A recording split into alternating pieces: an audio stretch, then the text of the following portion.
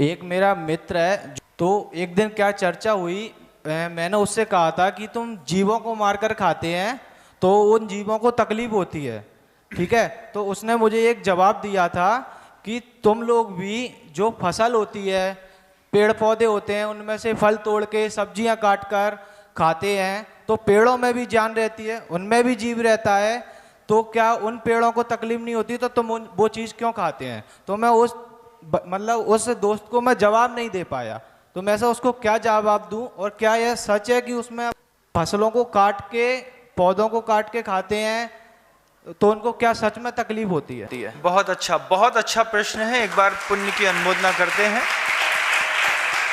उत्तर भी पूरी दुनिया को ध्यान से सुनना चाहिए कि जो कभी भी, जब कभी भी मांस संज्ञा जो है, मांस कहते हैं ना, तो मांस हमेशा दो इंद्रिय से शुरू होता है। स्पर्शन इंद्रिय में जो वनस्पति कायिक स्था धातु से स्थावर शब्द बना हुआ है, तो जितने भी पौधे होते हैं, फल होते हैं, पेड़ होते हैं, इनमें मांस नहीं होता, इनमें रक्त नहीं होता, शिराएं नहीं होती, हाथ पैर नहीं होते, आंख नहीं होती।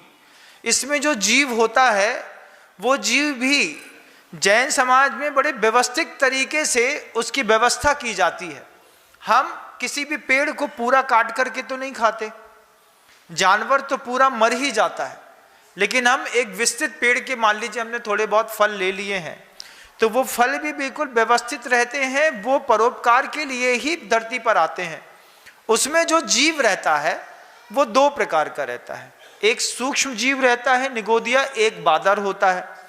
तो बादर जीव जो होते हैं वो जब हम किसी भी चीज को प्रासुक करते हैं, छिन्न भिन्न करते हैं, तो वो अपना स्थान छोड़ देते हैं, घात को प्राप्त नहीं होते।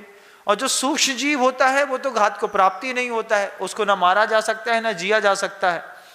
हाँ, वो जो धनिया पत्ती इत्यादि की जो छोटी छोटी ऐसे पौधे होते हैं जिनमें एक एक पत्ती का, एक एक रूट का स्वामी एक ही होता है, एक जीव होता है, प्राय करके व्रती श्रावक उसका प्रयोग नहीं करते, और अव्रती भी मान लीजिए करते हैं। तो वनस्पति में मांस नहीं होता। जब दो इंद्रिय होती हैं तो दो इंद्रियों में मांस संज्ञा बनती है, उसमें हर्ष विषाद होता है, उसमें बहुत सारे दूसरे भी परिणाम होते हैं, संक्लिष्ट परिणाम होते हैं। आप कह सकते हैं महाराज श्री, हर्ष विषाद तो पत्तों में भी होता है, जब छुई मुई के पत्ते को छूते हैं तो वो बंद हो जाती है डर के मारे, तो वो डर के मारे बंद नहीं हो जाती है। छुई मुई के पत्ते की ऐसी प्राकृतिक संरचना है कि उसमें थोड़ी सी ऊष्मा रखती है, तो वो पत्ते जो हैं अपने पूरे भाग को ऐसा सिकोड़ लेते हैं, थोड़ी देर बाद अब ऑटोमेटिकली वो फिर भी खुल जाते हैं। 10 मिनट लगता है, 10 मिनट के बाद वे पत्ते फिर से खुलना शुरू हो जाते हैं। किसी भी स्थिति में वनस्पति कायिक में मांस नहीं होता, सिराएं नहीं होती, अस्थियां नहीं होती, मज्जा नहीं होती, शुक्र नहीं होता, वीर की शक्तियां नहीं होती, उसमें कहीं पर भी नाखून इत्यादि, बाल इत्यादि उसके कुछ नहीं होते हैं। ये जब भी जिसका भी होगा दो इंद्रिय से होगा। ये एक सबसे बड़ा भेद है वनस्पति कायिक में और त्रस जीवों में।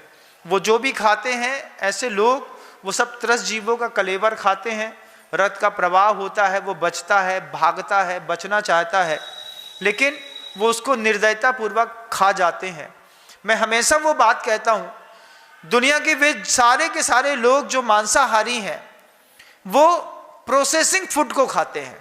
मतलब आपके लिए किसी व्यक्ति ने गाय काटी है, उसका पूरा खून प्रोसेस किया है, उसको छैला है, सब कुछ किया है। जिस दिन मांसाहारी व्यक्ति अपने हाथ से काट करके खाने का प्रयास करेगा, दूसरी बार वो जीवन में कभी मांस नहीं खा पाएगा, इस बात की मैं गारंटी देता हूं। एक बकरा प्रोसेसिंग होकर के मार्केट में 50 रुपए, 70 रुपए, 200 रुपए किलो मटन बिकता है, आप लाते हैं और खा लेते हैं। ये मांसाहार ऐसी दुनिया में 90% लोग करते हैं। लेकिन वे 90% लोग जिस दिन अपने हाथ से बकरे को काटने का प्रयास करेंगे, तो अब आपको समझ में आएगा कि खून का प्रवाह क्या होता है, पीड़ा क्या होती है, दर्द क्या होता है, आंखें कैसे घूमती हैं, कैसे जीभ बाहर निकलती है। उस बीभत्स दृश्य को देख करके दुनिया का कोई भी मांसाहारी कभी मांस नहीं खा पाएगा, इस बात की मैं 100% गारंटी देता हूं।